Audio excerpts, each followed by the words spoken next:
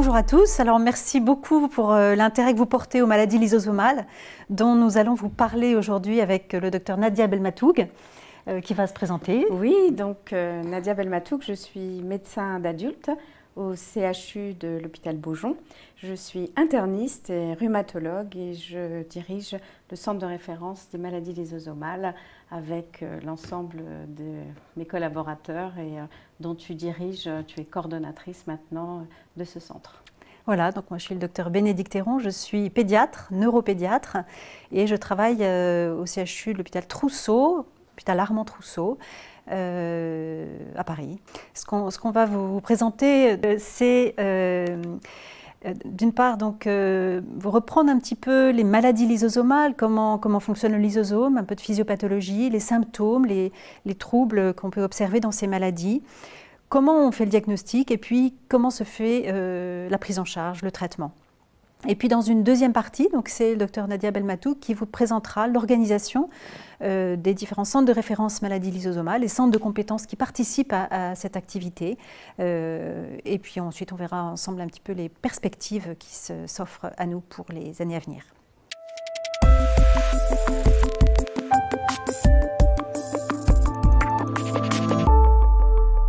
Voilà, alors le lysosome, c'est un micro-organite cellulaire, enfin, qui est situé dans le cytoplasme des cellules, et c'est en fait on peut concevoir cet organite comme une petite poubelle cellulaire moderne. C'est à la fois un organite qui va délivrer les cellules des grosses molécules qui auraient tendance à s'accumuler. Donc quand elles sont abîmées, plus très bien fonctionnelles, cette petite poubelle va les recycler en fait, et réutiliser les substrats pour en refabriquer des nouvelles. Donc voilà, ce fonctionnement lysosomal dans les maladies lysosomales va être perturbé et ça va aboutir à, d'une part, la perturbation du fonctionnement des cellules par l'accumulation de ces grosses molécules qui ne sont pas bien dégradées, pas bien éliminées, et puis petit à petit une surcharge progressive dans les différents organes, un dysfonctionnement de ces organes, avec aussi des phénomènes d'inflammation, de mort cellulaire, donc différents éléments de cascade d'événements physiopathologiques qui vont abîmer ces organes et leur fonctionnement. Ces maladies sont rares. Et elles sont nombreuses. Alors voilà, il y en a une soixantaine de maladies et toutes sont extrêmement rares. Il s'agit de maladies toutes génétiques. Certaines vont toucher préférentiellement le système nerveux et ces maladies chroniques entraînent en fait une progressivité des symptômes, qu'il s'agisse du système nerveux ou bien d'atteinte d'autres organes, en particulier du système ostéo-articulaire, du système cardio-pulmonaire. Il peut y avoir une atteinte hématologique, une atteinte sensorielle, une atteinte hépatodigestive, donc une grande variabilité des symptômes qui peuvent révéler ou émailler l'évolution de ces maladies. Et puis finalement, du fait de cette évolution chronique, progressive, et bien souvent, les personnes vont évoluer vers un handicap qui peut être mental, moteur, sensoriel ou mixte, et vont avoir besoin, tout au long de leur évolution, d'une prise en charge pluridisciplinaire qui va être médicale mais aussi paramédicale, et il ne faudra surtout pas oublier tous les aspects médico-sociaux qui vont pouvoir aider toutes ces personnes à avoir une vie sociale, une vie familiale, une vie professionnelle la plus optimale possible. Alors, sur ces maladies lysosomales, quelques généralités. La plupart sont de transmission autosomique récessive, il y en a 3 qui sont liées à l'X. Ça veut dire qu'elles sont peu symptomatiques ou pas du tout symptomatiques chez les femmes qui, elles, sont transmettrices. Mais, par exemple, pour la maladie de Fabry, il y a quand même un certain nombre de femmes qui présentent des symptômes, même s'ils sont décalés, plus modérés que ce qu'on peut observer chez les hommes. Dans ces maladies, il y a plusieurs causes possibles, finalement. Ça peut être soit un déficit d'une enzyme, une des enzymes qui fait partie de la panoplie du lysosome. Ça peut être un déficit d'une protéine qui aide cette enzyme à fonctionner, qu'on appelle une protéine activatrice, mais ça peut être aussi des problèmes concernant les protéines membranaires, les membranes à travers lesquelles vont passer ces molécules, ces substrats. Et donc à ce moment-là aussi, il peut y avoir un encombrement du lysosome qui n'arrive pas bien à éliminer sa surcharge ou à capter les molécules qu'il doit détruire. Et puis, il y a parfois des déficits multi-enzymatiques. Plusieurs enzymes sont altérées dans leur fonctionnement, tout simplement parce qu'il s'agit en fait d'une perturbation de la formation, de la maturation de ces enzymes, de plusieurs de ces enzymes. Et à ce moment-là, c'est finalement une enzyme, une protéine en amont et qui sert à synthétiser, à fabriquer ces enzymes du lysosome qui elles-mêmes ne fonctionnent pas bien. Alors, vous voyez toutes ces maladies, alors je ne veux pas les détailler, mais quand même vous présenter les grandes classes de ces maladies lysosomales. Il y a le groupe des lipidoses, où ce sont surtout des lipides complexes qui vont s'accumuler. Il y a le groupe des mucopolysaccharidoses, où ce sont en fait des molécules qui associent glucose et protéines, hein, comme dans les glycoprotéinoses. Et puis, il y a des maladies qu'on appelle les séroïdes lipofuccinoses, qui ont ce nom-là qui est lié en fait à la description des anomalies qu'on retrouvait au microscope électronique initialement. Ce sont des maladies qui sont en expansion. On a l'impression que chaque année, on en découvre une nouvelle, quasiment. Et puis, il y a des problèmes de transporteurs, dont je vous parlais déjà tout à l'heure, transport à travers les membranes cellulaires. Il y a une glycogénose qui est lysosomale. Et puis, en fait, il y a d'autres pathologies qui sont plus rares, qui sont souvent suivies d'ailleurs dans d'autres services parce qu'elles ont vraiment des symptômes très spécifiques, hématologiques ou vraiment purement osseux. Voilà. Alors, dans ces maladies lysosomales, vous avez compris qu'elles sont nombreuses. Elles sont rares, mais il y en a un grand nombre, une soixantaine. Et ces maladies sont diverses. Il va y avoir à la fois des modes de révélation variés et des symptômes extrêmement variés aussi. Alors, ces modes de révélation, ces maladies peuvent démarrer dès la période anténatale, se révéler par une trop grande quantité de liquide amniotique, par exemple, donc au cours de la grossesse, lors de la surveillance de la grossesse. Mais quand même, le plus souvent, il va y avoir dans l'évolution de ces maladies une période, ce qu'on appelle un intervalle libre, où la personne n'a pas encore de symptômes. Cette période d'intervalle libre, elle peut être de quelques mois, et une maladie qui va se révéler chez le nourrisson, elle peut être de quelques années, voire de quelques dizaines d'années. Et certaines de ces maladies peuvent se révéler chez l'adulte qui a, par exemple, 50 ou 60 ans. Dans cette période d'intervalle libre, vraiment, la personne n'a aucun symptôme, aucun trouble, et c'est soit brutalement, soit quand même le plus souvent petit à petit que les symptômes vont apparaître et puis se majorer avec le temps et devenir plus nets et plus handicapants aussi. Alors ils sont variés, ça peut être une expression qui est le système nerveux central, ça peut être une expression qui touche le système nerveux périphérique ou les muscles, ça peut être aussi des signes sensoriels, l'audition, la vision, et puis des signes d'autres organes qui vont, dont je vous ai parlé déjà un petit peu tout à l'heure, le système ostéo-articulaire qui peut entraîner des troubles morphologiques avec des os qui sont épais par exemple, ou une atteinte viscérale avec une viscéromégalie, notamment le foie et la rate qui peuvent être des symptômes révélateurs de ces maladies. Plus rarement, et je vais en parler maintenant, là, il s'agit de la maladie de Fabry, peut se révéler par des accidents aigus révélateurs, en fait par des accidents vasculaires cérébraux chez la personne jeune, chez l'adulte jeune, et ensuite ou avoir été précédé d'autres troubles, en particulier de douleurs, qui peuvent être paroxystiques, mais souvent plus chroniques, et s'accompagner ensuite d'autres symptômes, d'autres organes, notamment le cœur et le rein.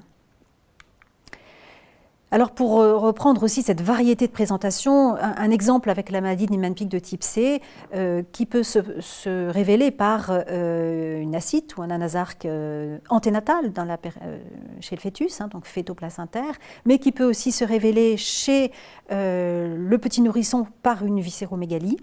Et puis ensuite, selon les différents âges, eh bien, les symptômes neurologiques vont se présenter de manière différente. Finalement, chez un petit nourrisson, on aura plutôt des troubles moteurs. Un enfant qui a un retard dans son développement moteur, un retard pour acquérir la station assise, par exemple, ou la station debout. Et puis chez l'enfant plus grand, mais ce sera plutôt un trouble du langage lorsqu'on arrive à l'âge scolaire. Et puis ensuite, plus nettement, eh bien, des troubles scolaires et également des troubles neurologiques divers, comme vous pouvez le voir ici, qui peuvent être troubles de l'équilibre, une épilepsie, ou d'autres symptômes. Chez l'adolescent et chez l'adulte dans cette maladie, les symptômes peuvent être neurologiques, moteurs, mais peuvent aussi être psychiatriques. Et donc parfois, c'est un trouble psychiatrique qui peut révéler cette maladie, qu'il s'agisse d'une dépression par exemple, ou d'une bouffée délirante par exemple. Voilà. Selon l'âge de début des symptômes neurologiques, en fait, eh bien, il va y avoir une gravité et une évolutivité plus ou moins rapide et avec une espérance de vie plus ou moins longue aussi. Plus la maladie débute tôt, plus elle est sévère. Donc vous avez compris que dans cette maladie, et c'est le cas dans d'autres maladies lysosomales aussi, les symptômes sont différents selon l'âge auquel apparaît la maladie. L'évolution aussi est différente, avec un pronostic qui est souvent plus marqué, plus sévère quand cette maladie apparaît chez un tout petit. Alors parmi ces symptômes variés, donc voilà, le système nerveux central peut être touché, le système nerveux périphérique peut être responsable de troubles moteurs, sensitifs, mais aussi de douleurs. Il peut y avoir des signes ophtalmologiques concernant la vision, qui vont gêner la vision. Il peut y avoir des signes aussi sur la motricité des yeux, donc peut être responsable d'un strabisme ou d'une chute des paupières ou d'un problème pour porter son regard dans une direction verticale ou horizontale par exemple. Et puis enfin, certaines maladies se révèlent parfois ou voient dans leur évolution apparaître un problème de surdité.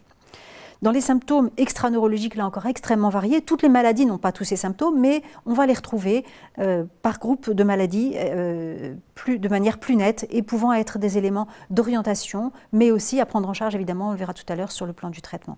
Alors ça peut être des signes morphologiques concernant la taille, la croissance, ça peut être des signes généraux, la fatigue, des douleurs, une atteinte hématologique qui peut se manifester aussi par des signes généraux, des saignements faciles par exemple quand on n'a pas assez de plaquettes, et puis des signes cutanés qui sont faciles d'observation à l'examen clinique, et enfin des signes concernant les viscères, donc concernant plus spécialement le système digestif, le foie, la rate, le système cardiaque ou respiratoire ou le rein. Alors si on prend l'exemple de la maladie de Gaucher, je pense que c'est un domaine que Nadia connaît très bien, eh bien voilà, on a aussi cette variation de symptômes selon l'âge de début, mais aussi il y a certaines formes de ces maladies qui ne vont jamais avoir de symptômes neurologiques, par exemple. On parlera à ce moment-là des types 1 de la maladie de Gaucher, qui sont des formes qui concernent essentiellement l'atteinte osseuse et l'atteinte viscérale, au contraire des types 2, qui sont des formes très sévères du petit nourrisson, et des types 3 qui mélangent en fait ces formes, ces symptômes systémiques et cette atteinte neurologique. Donc variété selon l'âge, mais aussi variété selon les symptômes et selon probablement les mutations sous-jacentes. Dans les modalités évolutives, j'ai pris aussi l'exemple des mucopolysaccharidoses de type 1, et c'est la même chose pour le type 2. On peut aussi distinguer ces formes sévères ou des formes plus atténuées.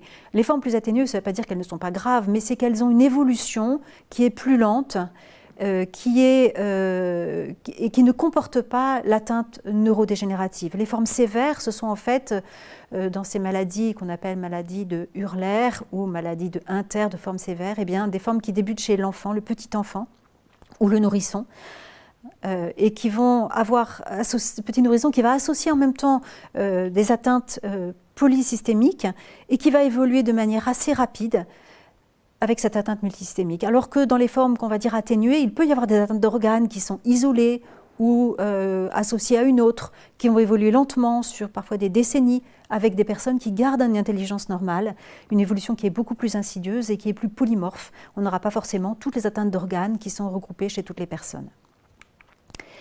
Cette démarche, alors, pour faire ce diagnostic, pour arriver au diagnostic de ces maladies, eh bien, on va s'appuyer sur une démarche qu'on connaît bien en médecine, hein, qui est assez schématique, schématisée, qui va comporter une discussion avec le patient, avec sa famille, pour déjà connaître un petit peu comment ça se passe dans la famille. Est-ce qu'il y a déjà eu des histoires de maladies diagnostiquées ou pas dans la famille? Et là, il va être très important de préciser l'arbre généalogique, pas seulement le frère, la sœur, le papa, la maman, mais parfois de remonter un peu au-delà dans les ancêtres, les grands-parents, etc.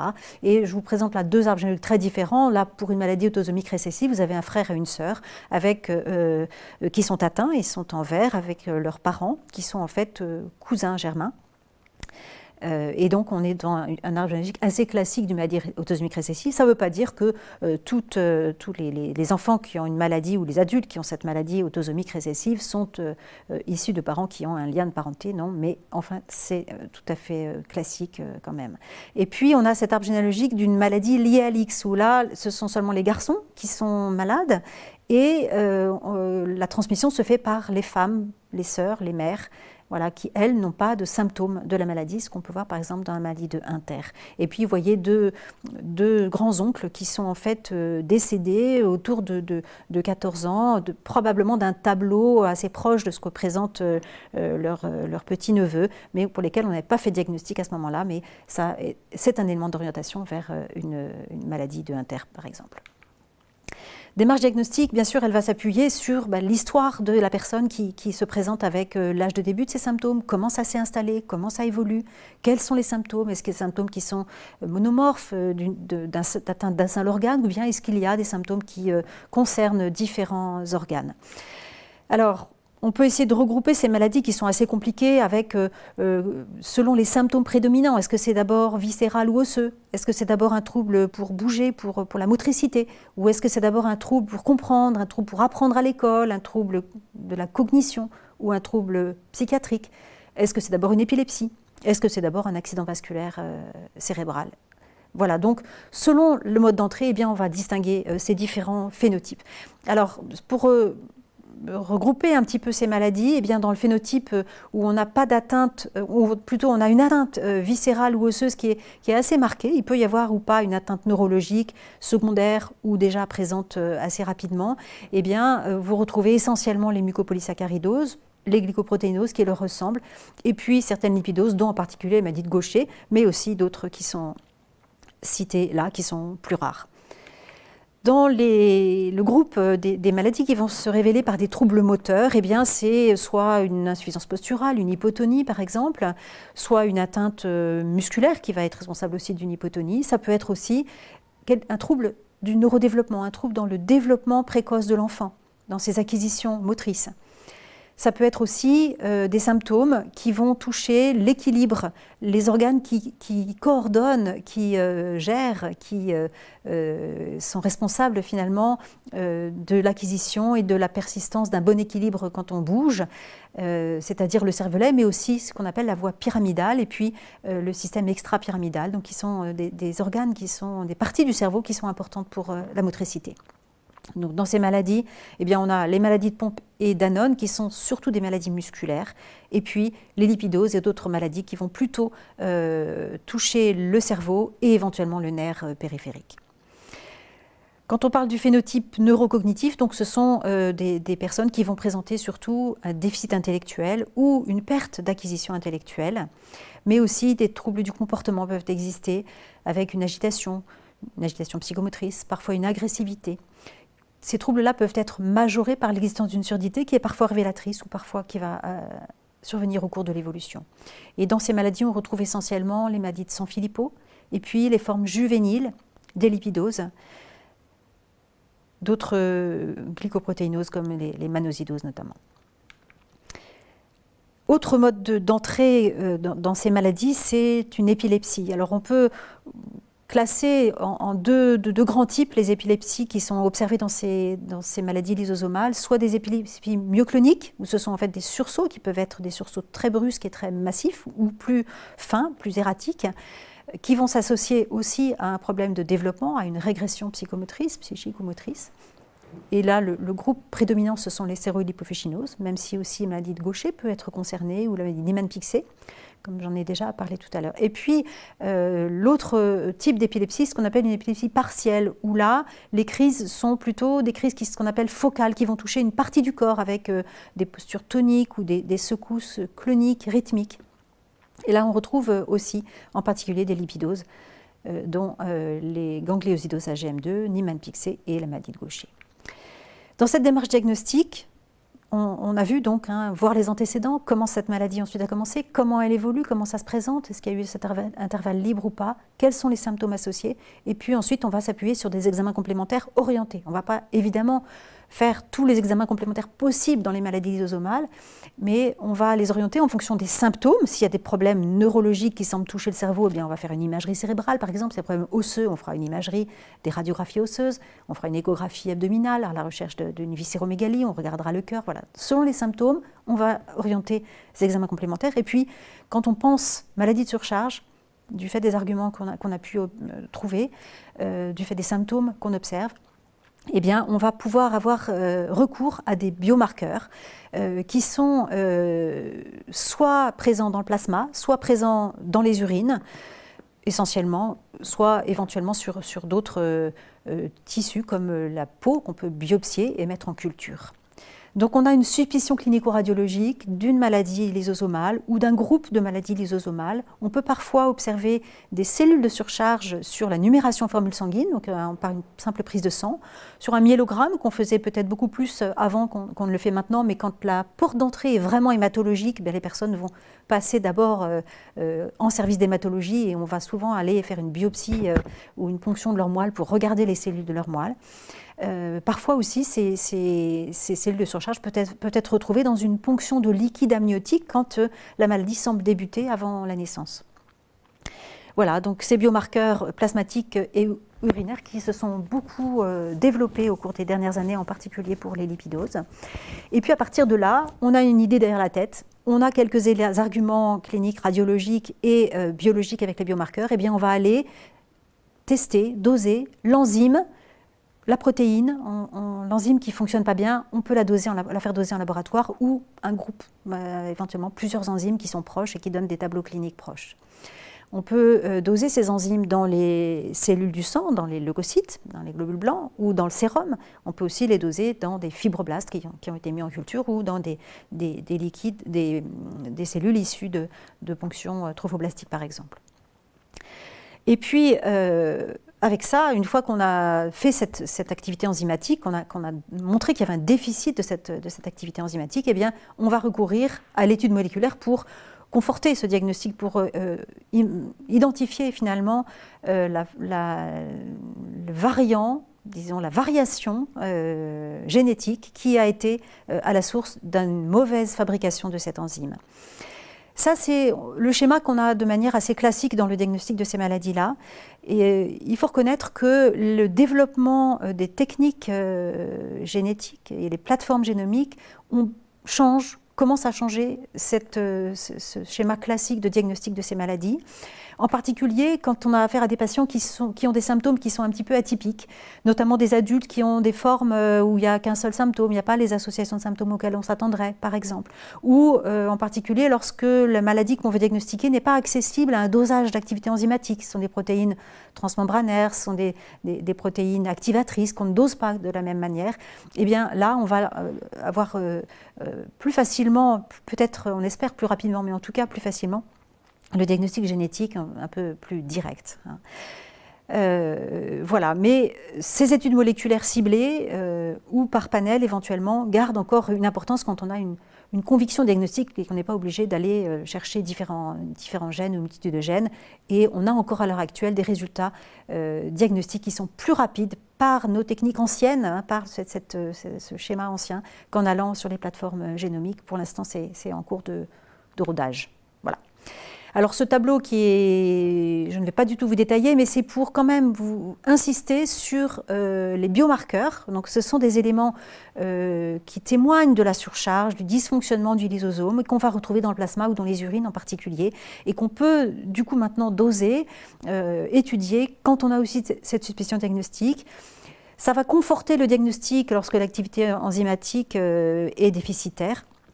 Et ça peut aussi éviter des faux diagnostics. On a parfois des déficits d'activité enzymatique qui sont en fait des pseudo-déficits liés aux conditions de technique dans le tube à essai, au laboratoire, alors qu'en fait, dans le corps, cette enzyme fonctionne bien et on remarque que les biomarqueurs ne sont pas élevés, ne sont pas anormaux, ce qui va nous évoquer un variant génétique qui n'est pas lié, pas responsable d'une pathologie, mais simplement d'une variation de la protéine qui n'entraîne pas son dysfonctionnement. Et donc on est à ce moment-là, on va s'orienter sur d'autres causes, d'autres maladies grâce à ces biomarqueurs. Diagnostic biologique, un petit exemple avec maladie Niemann-Pick de type C. Longtemps, ce diagnostic a reposé essentiellement sur une biopsie de peau qu'on mettait en culture pour avoir des fibroblastes, et on faisait un marquage à la philippine, et on voyait qu'il y avait une accumulation de cholestérol libre autour des noyaux des cellules. Et puis, depuis quelques années, on dispose maintenant d'un dosage plasmatique de ces fameux biomarqueurs, oxystérol et lysosphingomyéline, qui nous permettent de nous orienter plus nettement vers cette maladie-là. La confirmation génétique étant toujours importante, avec 2 gènes impliqués, dont un est prédominant, qu'on appelle NPC1. Voilà. Les études moléculaires non ciblées soit un panel regroupant finalement un certain nombre de gènes, soit par les études de génome, sont surtout intéressants quand on a une sémiologie, quand on a une orientation vers certaines maladies, mais vers un groupe de maladies. On ne peut pas dire si c'est, par exemple, on prend l'exemple des cerulopofficinaoses, il y a 14 maladies différentes, et selon le mode de révélation de ces maladies, par exemple une forme infantile précoce, un petit nourrisson qui débute des symptômes dès la première année de vie, par exemple, eh bien, on n'est pas sûr que ce soit forcément le gène prédominant, ça peut être un autre. Et donc on peut, par ce panel, eh bien, étudier l'ensemble des gènes responsables des cerulopofficinoses de manière groupée, sans étudier les gènes, chacun à leur tour, avec à chaque fois des délais de résultats qui sont plus important. Alors c'est surtout important pour la forme infantile tardive, la CLN2, puisque pour cette maladie, il y a maintenant un traitement qui a un intérêt s'il est débuté tôt, le plus tôt possible, donc si on n'a pas des délais de diagnostic trop importants. Les traitements, justement, alors les traitements, eh bien, il y a d'une part tout ce qui est des symptômes, le traitement des symptômes de ces maladies, et pour toutes les maladies, il y a des symptômes à traiter. Même si on n'a pas encore révolutionné, trouvé le traitement spécifique, eh bien, il est très important d'apporter un soulagement. Ça peut être un traitement des douleurs, ça peut être un traitement concernant nécessité d'intervention chirurgicale ORL, par exemple, pour libérer les voies respiratoires. Ça peut être un traitement au niveau ophtalmologique, des médicaments aussi d'épilepsie. Enfin, voilà, toute une panoplie de médicaments ou d'actions chirurgicales, mais aussi d'installation, d'appareillage qui peuvent aider, faciliter la vie de la personne. Les traitements aussi, ce sont ce qu'on appelle les rééducations, donc la kinésithérapie pour maintenir, entretenir la motricité, les capacités de déplacement, l'orthophonie pour soutenir le développement du langage ou de la déglutition. Et puis d'autres, l'ergothérapie par exemple, qui est très importante aussi pour pouvoir adapter l'environnement aux difficultés de la personne qui peut être en situation de handicap. Les traitements spécifiques des maladies lysosomales, on peut dire, je pense que Nadia sera d'accord avec moi, que les maladies lysosomales sont des maladies neurométaboliques ou métaboliques pour lesquelles il y a eu énormément de progrès. Dans le diagnostic, j'en ai parlé, mais aussi dans les thérapies spécifiques depuis les années 90. C'est ça, oui, le premier traitement de la maladie de Gaucher, en 1992 et après l'enzyme recombinante en 1996 avec, pour en tout cas cette maladie, un effet assez spectaculaire sur l'organomégalie, un petit peu moins sur l'atteinte osseuse, mais en fait une stabilisation de l'atteinte osseuse. Et tu vas nous parler des autres maladies où malheureusement il y a peut-être un peu moins d'efficacité, mais on voit le but. Mais quand même des perspectives et des progrès. Voilà.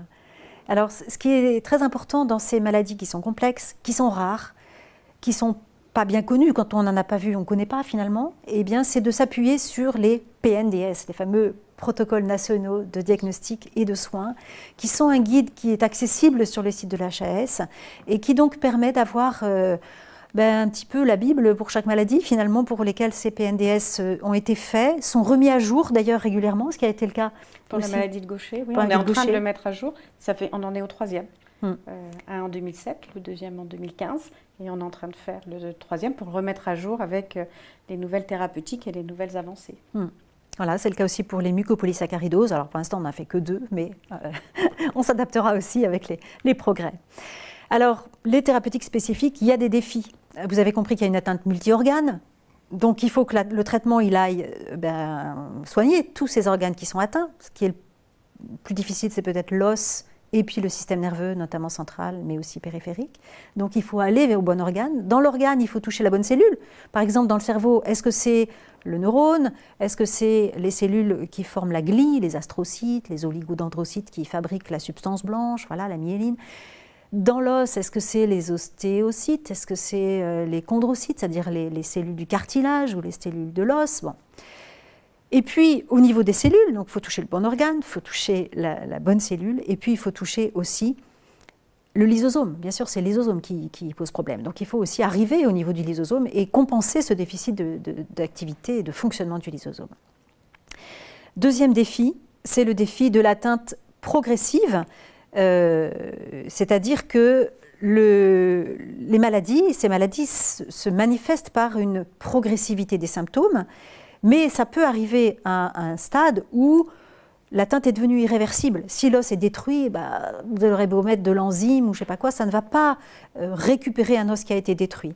De la même manière, au niveau du système nerveux central. Le système nerveux central, il se développe pendant l'enfance, la petite enfance beaucoup, puis ensuite il va continuer à maturer jusqu'à l'âge de 20 ans. Mais par contre, si des cellules sont détruites, elles ne vont pas se reconstituer. Et donc si la maladie détruit des neurones, eh bien, le traitement qu'on va appliquer, s'il arrive trop tard, on ne va pas récupérer ces neurones, ce fonctionnement neuronal, et derrière, la fonction neurologique qui a été perdue. Donc le défi, là, c'est de traiter suffisamment tôt, avant que n'apparaissent des séquelles, avant que n'apparaissent des lésions irréversibles. Alors ça pose aussi la question du dépistage néonatal. Certains pays, les États-Unis en particulier, se sont lancés dans de grands programmes de dépistage néonatal, des maladies lysosomales, pour lesquelles il y avait une enzymothérapie. Voilà. En France, on est, alors je pense qu'on est plus en retard, je ne sais pas, on est plus mesuré et on tient compte aussi, mais bon, dans d'autres pays aussi, hein, mais le traitement qui est disponible, est-ce qu'il est efficace? Le dépistage, est-ce qu'on a les moyens de le mettre en place? Ça demande du monde, ça demande une infrastructure très, très importante. Et puis, ces traitements, est-ce qu'ils sont faisables en période néonatale? Est-ce qu'on peut les commencer chez le tout petit dès qu'on a fait le diagnostic ou est-ce que finalement, ce n'est pas très utile? Donc voilà, c'est quand même une question qui revient très régulièrement et pour laquelle, chaque année, on a une nouvelle maladie qui peut peut-être être questionnée pour être soumise au dépistage néonatal, en tout cas.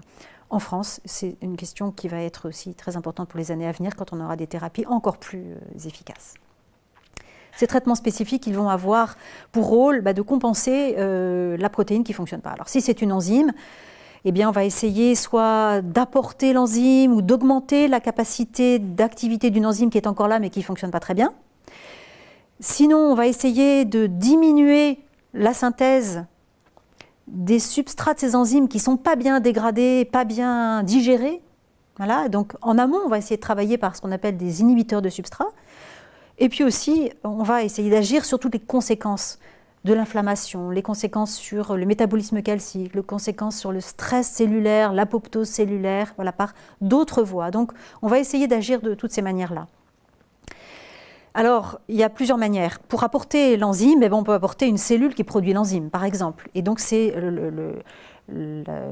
ce qui se passe quand on propose une greffe de moelle osseuse ou une greffe de sang de cordon plus récemment, c'est d'apporter des cellules souches hématopoïétiques, donc des cellules qui sont précurseurs de nos cellules sanguines et de nos macrophages en particulier, qui vont fabriquer l'enzyme. Cette enzyme, on sait qu'elle diffuse, qu'elle va pouvoir, à partir de ces cellules-là, diffuser, être recaptée grâce à un récepteur particulier, recaptée par d'autres cellules, et donc aller faire fonctionner aussi d'autres cellules. Donc ça, c'est une thérapie qui a été utilisée depuis les années 80, en particulier dans la maladie de Hurler, donc les formes du nourrisson des mucopolysaccharidoses de type 1, mais qui a aussi été utilisée pour d'autres maladies avec plus ou moins de succès, en tout cas tant qu'on n'avait pas d'enzymothérapie, parce que c'est quand même une technique qui, malgré tous les progrès, reste lourde, avec une possibilité de mortalité autour de la greffe, ou en tout cas de conséquences pathologiques possibles, notamment les rejets de greffe par exemple, et puis aussi parce que cette greffe ne touche pas forcément très bien tous les tissus. Toujours on revient à l'os et au cerveau, c'est pas toujours évident. Ces cellules-là qu'on apporte ne vont pas forcément bien coloniser ou bien envoyer de l'enzyme dans les tissus cérébraux et osseux. Les enzymothérapies substitutives. Donc là, je vous ai mis une liste qui n'est pas tout à fait complète, mais qui vous donne déjà une bonne idée de toutes les enzymes qui ont été développées depuis donc, les années 90, et on a voilà, des dernières nées en 2019 pour les enzymothérapies intraveineuses, donc qui touchent un certain nombre de maladies, beaucoup de mucopolysaccharidoses, mais pas seulement, aussi des lipidoses, et puis notamment les maladies de Fabry et Gaucher qui ont été un peu précurseurs dans ces enzymothérapies. L'enzymothérapie, elle peut aussi s'administrer par voie intrathécale ou directement dans un ventricule du cerveau pour essayer d'être au plus près du cerveau, de passer la fameuse barrière hémato-encéphalique. Et donc là, il y a eu aussi des essais cliniques qui ont été menés pour certaines maladies et également une autorisation d'utilisation d'une enzymothérapie administrée par voie intracérébroventriculaire pour cette fameuse céroïde lipoveicinose de type 2. Donc où là, on a montré que si on traitait tôt, si on injectait ce produit suffisamment régulièrement, donc c'est quand même une technique assez lourde, eh bien on arrivait à stopper complètement l'évolution de la maladie avec le recul pour l'instant de quelques années, une demi-douzaine d'années. Voilà, donc les enzymes. Traitées par des inhibiteurs de substrat, eh bien, la première maladie pour laquelle ça a été fait, c'est la maladie de Gaucher, en utilisant cette molécule qui est le miglustat. Mais il y a d'autres maladies pour lesquelles cette molécule avait théoriquement un intérêt, et en a finalement un aussi objectivement, ou des analogues du miglustat. Eh bien, c'est la maladie de Fabry, par exemple, la maladie de Mann-Pixé en particulier. Dans les maladies de GM2, ça n'a pas été très percutant comme thérapie. Et puis d'autres maladies, d'autres molécules qui peuvent être utilisées, d'autres médicaments, ce sont ce qu'on appelle des molécules chaperones ou des chaperons. Ce sont en fait des analogues de substrat ou des inhibiteurs compétitifs réversibles des enzymes qui vont être screenés sur un ensemble de molécules dont on dispose dans toute la pharmacopée et qui vont avoir pour rôle d'aider à fonctionner une protéine qui est présente mais qui n'est pas bien conformée, qui manque un petit bout. Voilà. Et donc ces molécules chaperones, elles vont venir en soutien de l'enzyme pour faire fonctionner cette enzyme qui existe mais qui n'est pas tout à fait efficace. Alors ces molécules chaperones, elles sont surtout intéressantes chez des personnes qui n'ont pas un manque complet de l'enzyme. Évidemment, chez les petits nourrissons qui n'ont pas du tout d'enzyme, ça va servir à rien du tout. Par contre, chez des adolescents, des adultes qui ont une enzyme qui est un peu là, mais voilà, qui est un peu dysfonctionnante, eh bien, ça pourra aider. Théoriquement, il y aura peut-être un coût de production moindre parce que ce n'est pas du tout les mêmes techniques qui sont mises en œuvre que pour produire une enzyme recombinante, que pour une greffe de moelle. Voilà, on est là devant des perspectives thérapeutiques qui sont encore très ouvertes et qui ne sont pas du tout épuisées. Et puis la thérapie génique. Alors la thérapie génique, c'est une thérapie qui consiste à aller corriger, en fait corriger, oui, c'est apporter le gène qui est défectueux, le gène sur lequel il y a une faute d'orthographe qui ne permet pas de fabriquer bien la protéine qu'on souhaite. Eh bien, on va essayer d'apporter ce gène. Il y a deux manières principalement de le faire. En dehors de la transplantation de cellules souches hématopoïétiques qui apportent des cellules et donc qui en fait apportent aussi le gène et la protéine, mais là on va essayer de corriger plus spécialement le gène, eh bien soit on fait une thérapie génique qu'on appelle ex vivo. En fait ça couple la greffe de moelle, on prélève la greffe de moelle du patient lui-même, on va la corriger au laboratoire, on va mettre dans ces cellules le gène qui est bien, qui n'a pas ce variant qui est responsable de la pathologie, et puis on va redonner au patient sa propre moelle qui a été corrigée génétiquement, modifiée grâce à un vecteur qui est un vecteur un rétrovirus ou un antivirus. Et ça, c'est une thérapie qui est déjà disponible, validée pour la leukodystrophie métachromatique dans une forme infantile précoce, là encore quand on traite vraiment suffisamment tôt. Il y a d'autres essais qui sont en cours. Et puis, il y a la thérapie génique in vivo, où là, on va injecter un vecteur viral, plutôt un vecteur adénoviral, sur lequel on a associé le gène d'intérêt. Et ce vecteur va servir à faire diffuser ce gène d'intérêt dans les organes qu'on souhaite traiter, dans tout le corps éventuellement. Et donc là, c'est une injection qui va se faire par une perfusion intraveineuse, par exemple, ou par une injection dans le cerveau ou dans le liquide céphalorachidien. Voilà. Et donc ça, ce sont des thérapies géniques in vivo, où là, on va injecter directement chez la personne elle-même le gène d'intérêt couplé au vecteur thérapeutique. Voilà, alors les options thérapeutiques sont variées dans la maladie de Gaucher, et là peut-être Nadia, tu peux en reparler un petit peu, c'est-à-dire que voilà. Alors en fait, oui, dans la maladie de Gaucher, il y a eu initialement l'enzymothérapie substitutive, mais comme toutes ces enzymothérapies, elles s'administrent par voie intraveineuse. Dans la maladie de Gaucher, c'est toutes les 15 jours, et donc la demande des patients sur le long cours, c'est quand va arriver sur le marché un médicament qui se donnera Péros. Et donc depuis quelques années, un nouveau venu, l'Eliglustat, peut s'administrer Péros dans certaines circonstances. Et c'est vrai que ça améliore vraiment le quotidien des patients d'avoir ces thérapeutiques Péros qui ne sont pas indiquées chez tous les patients. Il reste beaucoup d'indications d'enzymothérapie substitutive, mais ça élargit le champ thérapeutique pour cette maladie. Merci.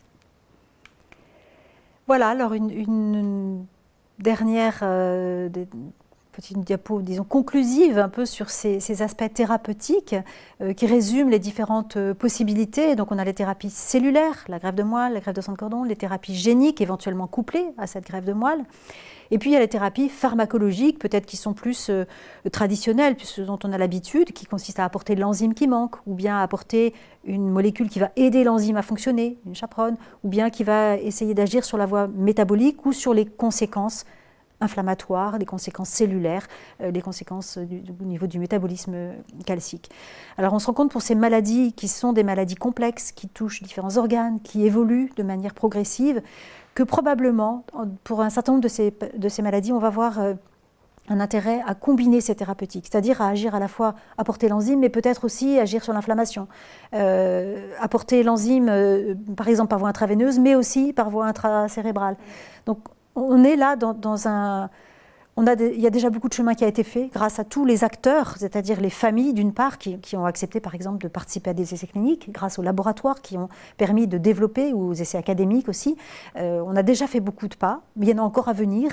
Et il y a aussi une importance capitale à suivre ce que deviennent les personnes qui ont bénéficié de ces thérapies, pour qu'on accumule des données, pour qu'on sache mieux qu'est-ce qui marche, dans quelle situation, comment est-ce qu'on pourrait améliorer la prise en charge, et en particulier ces thérapeutiques spécifiques. Voilà, donc c'est aussi important, quand on a bénéficié de ces thérapies, de continuer à être suivi pour pouvoir accumuler des données et connaître mieux l'évolution des patients, l'efficacité des thérapies, qui sont des gros investissements en termes d'énergie, de pensée scientifique, financière aussi, mais voilà, qui ont besoin aussi d'être évalués dans le temps, dans la durée.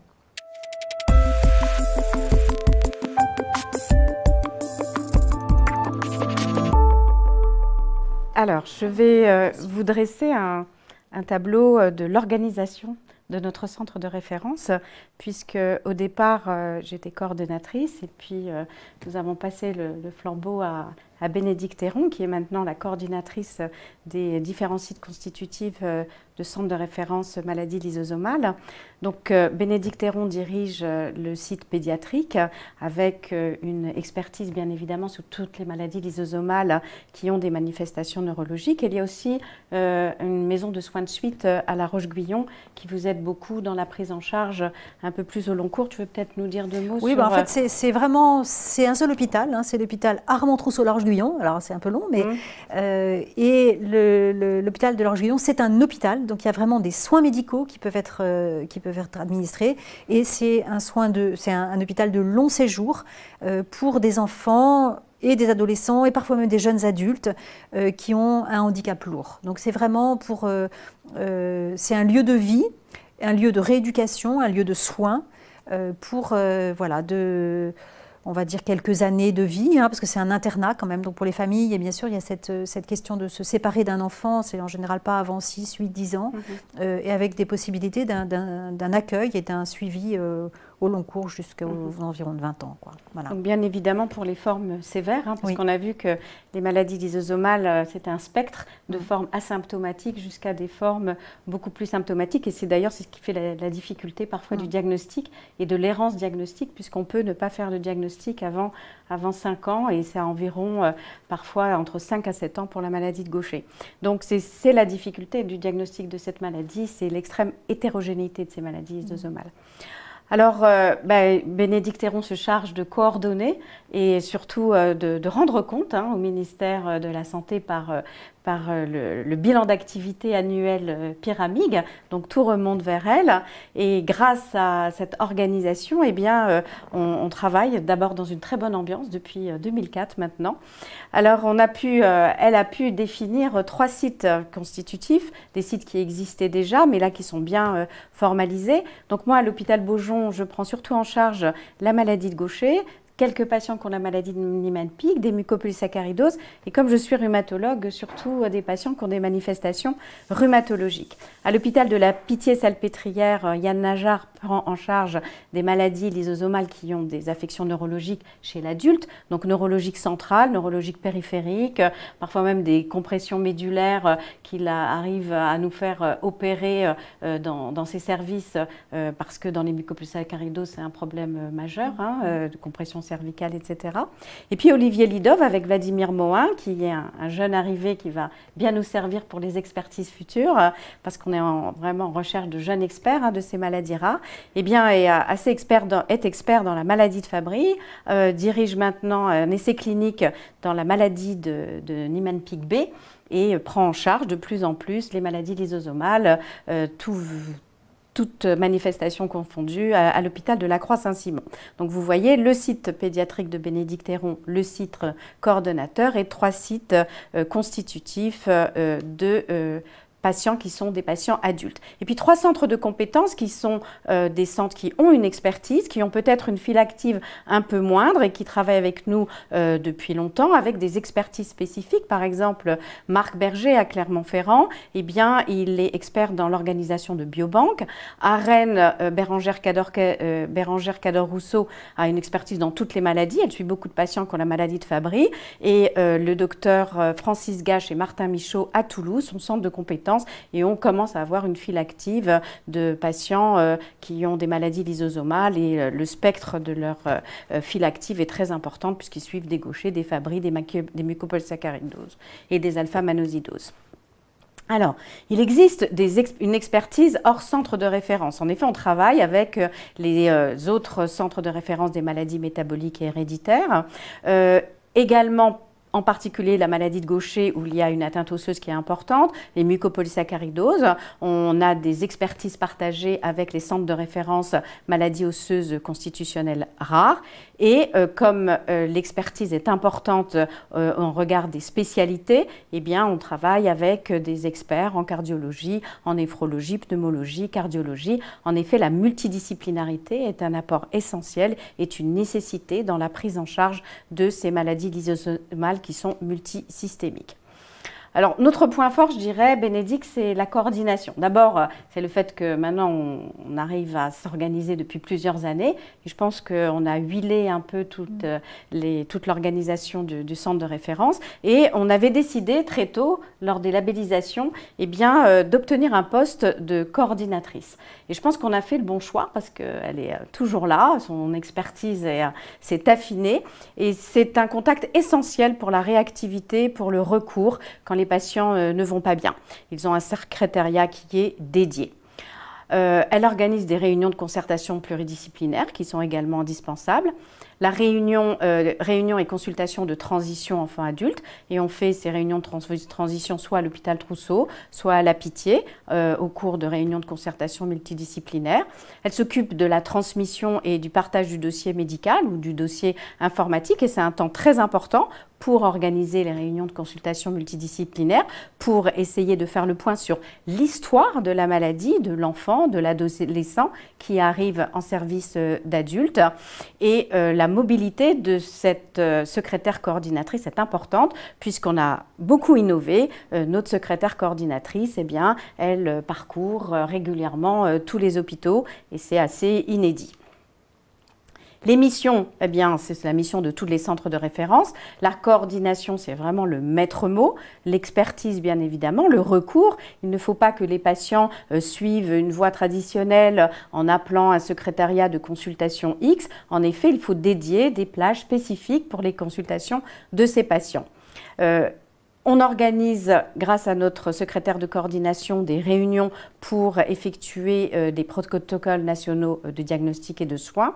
Nous sommes responsables des registres. Alors moi-même, je suis responsable du registre national de la maladie de Gaucher qui a été labellisé par l'INSERM. Bénédicte, tu es responsable, tu peux nous en dire 2 mots du registre Radico. Radico MPS, donc c'est un registre qui est dédié à l'ensemble des patients atteints de mucopolysaccharidose, quel qu'en soit le type. Et donc c'est un registre qui est national, qui implique l'ensemble finalement des centres de référence maladies métaboliques ou autres qui suivent, ou maladies osseuses constitutionnelles par exemple, qui suivent des patients atteints de mucopolysaccharidose. Et donc l'idée c'est effectivement de recueillir le plus de données possible en termes d'épidémiologie, d'évolution de l'histoire naturelle, d'évolution sous traitement pour continuer à approfondir la connaissance sur ces maladies. Il existe également un registre Niemann-Pick C, je crois. Alors, il existe un registre Niemann-Pick C. Là, c'est encore on est encore un petit peu en transition. C'est-à-dire qu'on avait un registre qui était dépendant d'un laboratoire quand le Miglusta est arrivé. Et maintenant, on est en attente de la mise en place en France d'un registre international qui a été mis en place à l'initiative de l'Alliance internationale des associations Niemann-Pick, ABC d'ailleurs. Voilà. Et donc en France, on a parfois des petites difficultés administratives qui font que les choses sont peuvent être plus compliquées que dans d'autres pays, semble-t-il. Et donc, on est là sur une voie d'avancement, mais j'espère que ça va arriver en 2021 pour l'ouvrir. Voilà. Donc, registre maladie de Gaucher, registre mucopolysaccharidose radicaux, Niemann-Pick. registre Niemann-Pick. Olivier Lidov développe un registre sur la maladie de Fabry et aussi une histoire naturelle de la maladie de Niemann-Pick B. Donc, des avancées tout à fait nettes. Bien évidemment, on participe aux biobanques avec une expertise, comme je vous l'ai dit, à Clermont-Ferrand de Marc Berger sur la biobanque maladie de Gaucher. Il fait également des recherches sur les biomarqueurs, la recherche sur l'histoire naturelle des maladies lysosomales. On est bien sûr en interface avec des laboratoires INSERM de sciences fondamentales pour connaître les mécanismes physiopathologiques de ces maladies lysosomales, car on a vu que ce n'était pas qu'une maladie de surcharge. Toute la machinerie cellulaire est altérée par ces dépôts, par cette surcharge, avec une apoptose, de la fibrose, de l'inflammation. Il faut savoir que la meilleure connaissance des mécanismes physiopathologiques de ces maladies lysosomales est souvent une lucarne, une fenêtre sur des mécanismes physiopathologiques de maladies plus fréquentes, comme par exemple les liens entre maladie de Gaucher et parfois la maladie de Parkinson ou certaines gammapathies monoclonales. Je ne sais pas si dans des mécanismes qui ont été décrits dans d'autres maladies lysosomales, ça a pu… Je pense qu'on est en train d'écrire aussi l'implication du lysosome dans la maladie d'Alzheimer, par exemple. Oui, tout à fait. Donc, vous voyez comment des découvertes et des applications peuvent être faites dans des maladies plus fréquentes à partir de maladies rares. Il est indispensable de former des jeunes pour nous succéder dans la prise en charge des maladies rares. Et ça, c'est très important. Et également de toujours faire de l'information et de la formation dans les maladies rares. Donc, c'est pour ça que nous avons développé des DU, des diplômes universitaires. Donc, pas simplement sur les maladies rares, mais surtout dans chaque spécialité, d'être appelé pour, à côté de la maladie fréquente, eh bien, avoir toujours un petit chapitre sur les maladies rares de telle ou telle spécialisée en association avec les sociétés savantes. Et bien évidemment, on a des relations avec l'Europe, avec l'international. Et le maître mot, je dirais, depuis les labellisations des centres de référence maladies rares, c'est de travailler sur tous les projets dès le départ, que ce soit les essais cliniques, la recherche, les registres, avec les associations de patients qui sont d'un apport considérable. Et on travaille beaucoup avec l'association Vaincre les maladies lysosomales, l'association de la maladie de Fabry. Je crois que tu travailles avec d'autres associations sur la maladie de Sanfilippo, Niemann-Pick voilà. Également. Je crois que vous avez fait beaucoup de… Donc, nous vous remercions de votre écoute. On va pouvoir passer aux questions. N'hésitez pas à nous poser toutes les questions, on essaiera d'y répondre. Et peut-être qu'avec la filière G2M, il y aura d'autres webinars pour détailler chaque maladie lysosomale spécifique. Mais comme il y en a 60, peut-être que ce seront les plus fréquentes qui seront explicitées par ces webinars.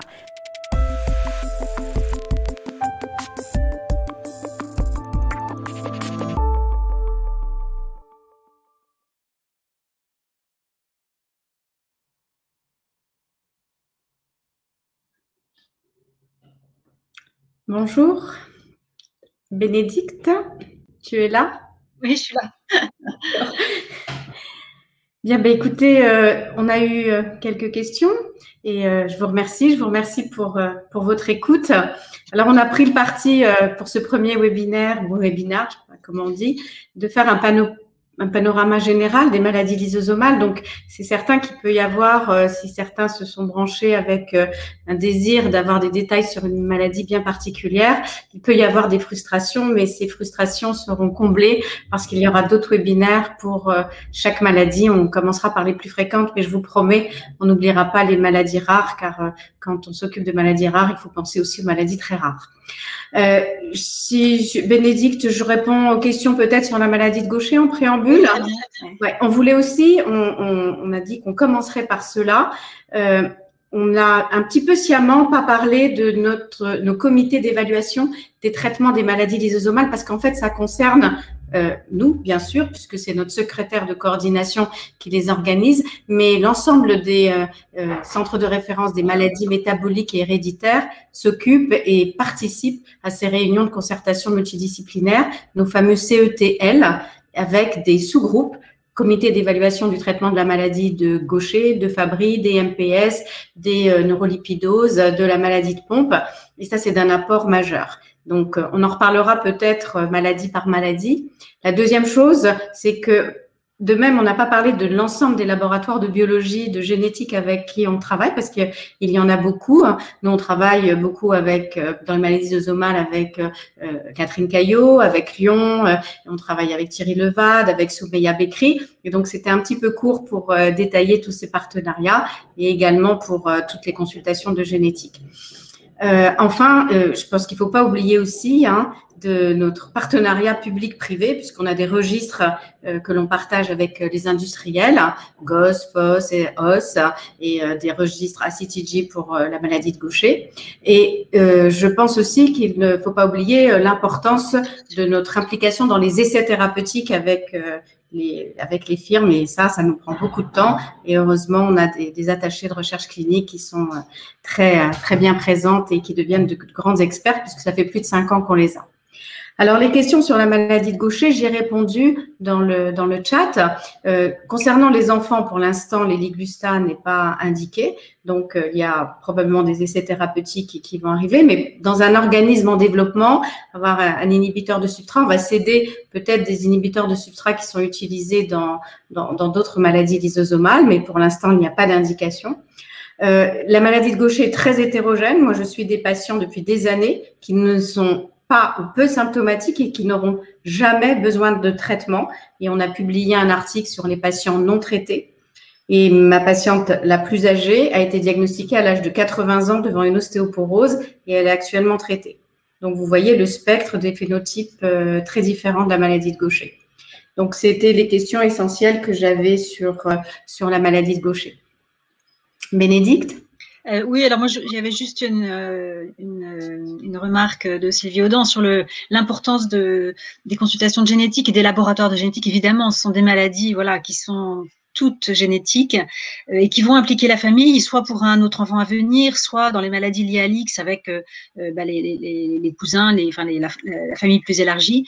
Et on travaille main dans la main avec ces unités génétiques, qu'il s'agisse des cliniciens ou bien sûr des biologistes qui sont là pour aussi nous aider à confirmer le diagnostic et parfois aussi à nous aider pour donner des éléments de pronostic. On sait que certaines mutations sont peut-être plus liées à certains types de formes dans ces maladies, plus ou moins sévères, tel type d'organe, par exemple, dans le Gaucher, ça c'est connu aussi.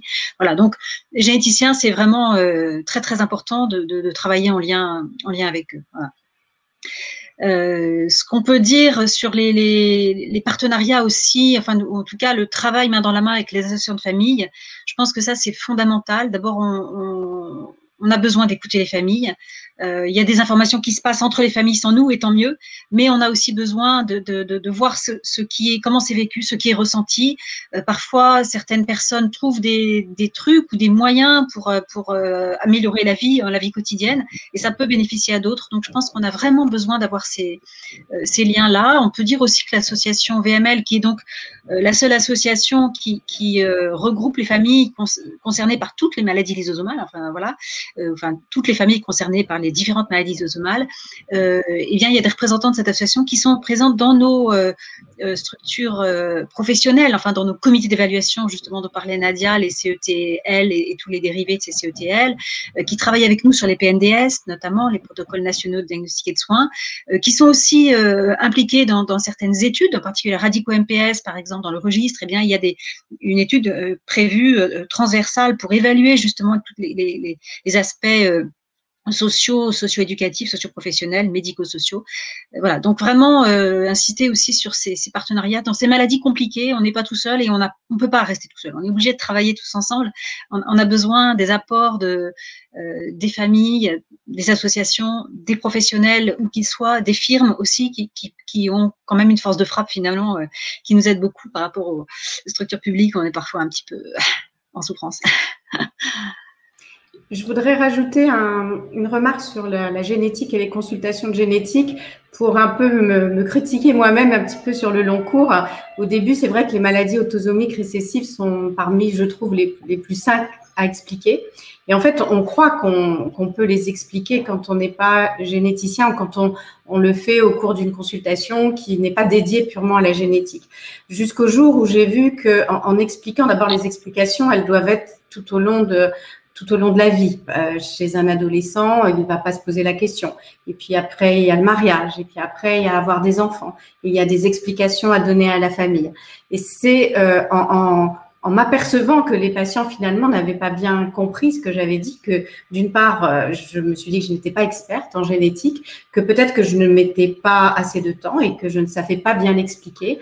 Et c'est vrai que depuis plusieurs années, on essaye de diriger systématiquement les patients, leurs familles, vers une consultation de génétique. Ça, c'est fondamental.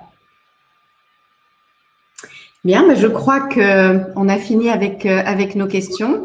Merci pour votre écoute. Donc, il y aura d'autres webinaires. On remercie encore la filière. On remercie tout le multimédia qui nous a, Atout 21, qui nous a permis de faire ce webinaire dans de bonnes conditions, une bonne ambiance et avec une qualité certaine et évidente. Et merci Nadia pour cette collaboration. Merci, c'est un plaisir, Bénédicte. C'est toujours un plaisir. Au revoir, on vous souhaite un bon week-end et prenez soin de vous. Voilà. Au revoir. Au revoir.